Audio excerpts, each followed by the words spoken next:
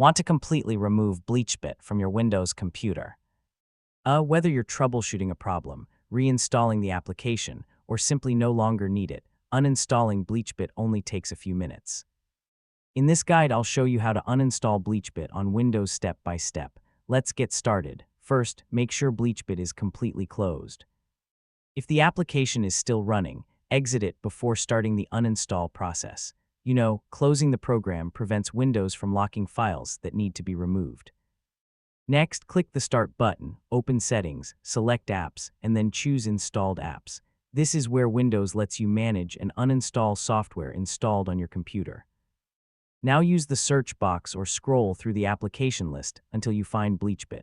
Click the three-dot menu next to the application, then select Uninstall. Windows will ask you to confirm before removing the program. Click Uninstall again if you're asked to confirm, then wait while Windows removes the application. The uninstall process usually finishes within a few moments, depending on your computer. After the uninstall is complete, search for BleachBit from the Start menu or return to the Installed Apps list to confirm it's no longer installed.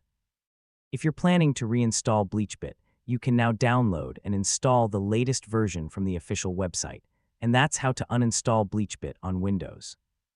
Removing applications you no longer use helps keep your system organized and can free up a small amount of storage space. Thanks for watching, and I'll see you in the next tutorial.